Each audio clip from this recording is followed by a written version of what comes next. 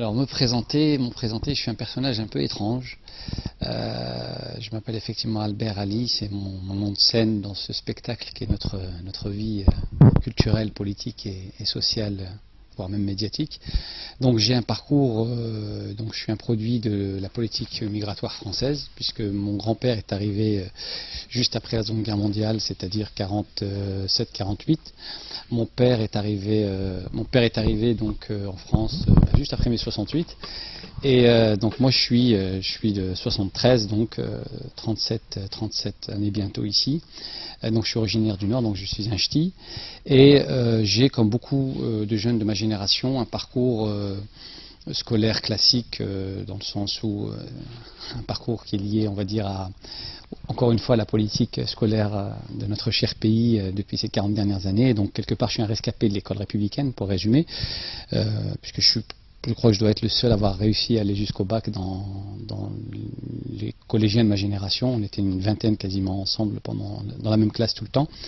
J'ai eu donc ensuite, à partir du lycée, comme beaucoup de gens aussi de ma génération, un retour vers la foi de mes pères, à travers une interrogation identitaire profonde, avec ces contradictions qu'on vit au quotidien, qui est en pleine notre thématique. Donc le rapport à la France, le rapport au bled, le rapport à la famille, la place de l'islam dans tout ça, donc une crise identitaire qui, au final, m'a ramené donc vers une compréhension saine de l'islam,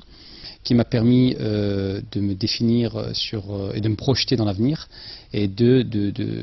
finalement d'avoir un parcours associatif dans l'univers musulman français qui est très complexe et très détaillé. Donc pendant une vingtaine d'années, donc j'ai parcouru ce monde associatif musulman dans toutes ses dimensions, avec une implication locale, régionale, nationale dans les grandes associations musulmanes connues. J'ai assisté aussi à la naissance de grandes associations humanitaires spécialisées dans divers domaines, la jeunesse, les étudiants, etc. Et depuis quelques années, fort de cette expérience associative poussée, d'un retour aussi vers les études, puisque j'ai repris, après mon école de commerce, une longue pause, j'ai repris donc un peu d'études en histoire, où donc je me suis intéressé notamment à la période coloniale au cours d'un DEA, et là, actuellement je travaille aussi sur une thèse. Donc si vous voulez, aujourd'hui j'en arrive à une conclusion, un raisonnement depuis quelques années maintenant, sur des conclusions objectives par rapport à la...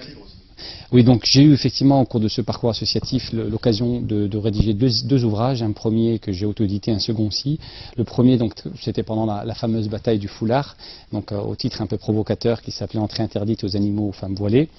J'ai essayé d'expliquer justement que cette problématique du foulard, qui était en fait le début de la stratégie d'importation du choc ou du clash des civilisations, en ayant cette politique un peu complexe, qui consiste à la fois à stigmatiser l'islam en tant que dogme, en tant que porteur d'un certain nombre en tant que somme d'un certain nombre de préceptes, à travers sa visibilité extérieure, et en même temps en continuant sans cesse à vanter l'idée que finalement l'immigration est une bonne chose, le cosmopolitisme est l'avenir de la France, et que c'est un fait acquis. C'est assez troublant d'ailleurs. Deuxième ouvrage dans lequel j'ai traité justement du rapport entre Marianne et ses musulmans, donc qui s'appelait Marianne m'a tué, ER, où j'ai abordé dans une lecture d'abord, on va dire, plutôt classique chez les héritiers de l'immigration que nous sommes, donc la mémoire coloniale, la mémoire de nos pères, puisque nous avons été bercés. C'est vrai que moi-même je porte le prénom d'un héros de la guerre d'Algérie dans les Aurès. Et quand j'étais enfant, ma mère me berçait donc de chansons liées à la résistance héroïque, des maquisards berbères en Algérie, etc. Donc j'aurais pu effectivement finir de par mon parcours, ma socialisation familiale et urbaine, typiquement comme bon nombre de mes semblables, je dirais, en étant dans cette posture d'accusation permanente et d'opposition frontale avec ce que serait une certaine France. Donc dans Marianne m'a tué, j'essaie effectivement d'aborder cette idée que la mémoire de l'immigration, la mémoire coloniale, c'est une porte d'entrée en politique intéressante, mais j'ai rapidement découvert après coup,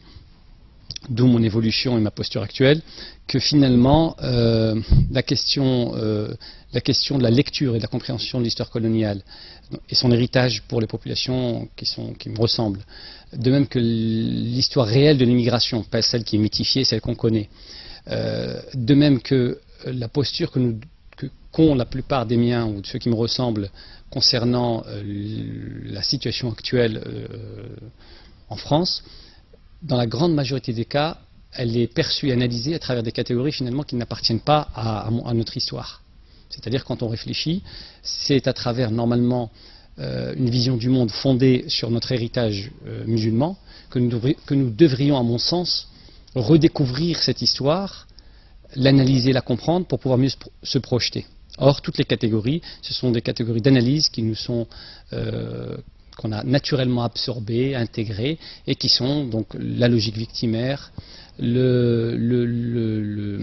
choc frontal permanent comme stratégie d'expression, et finalement aucune capacité de se projeter dans l'avenir, si ce n'est qu'il faut réclamer des droits pour pouvoir les mettre en pratique, une égalité hypothétique. Et voilà, on tourne autour de cette question. Donc j'en suis arrivé effectivement après un long parcours à rédiger ces 2 livres. Et là je travaille sur un 3e livre justement dont le thème traite de cette question particulière de la France et de ses musulmans et de la place de l'islam et des populations issues du monde de l'islam au sein de ce pays. Le titre devrait tourner autour de... On m'a soufflé notamment la France, Inch'Allah. Je trouve que finalement c'est pas mal comme titre.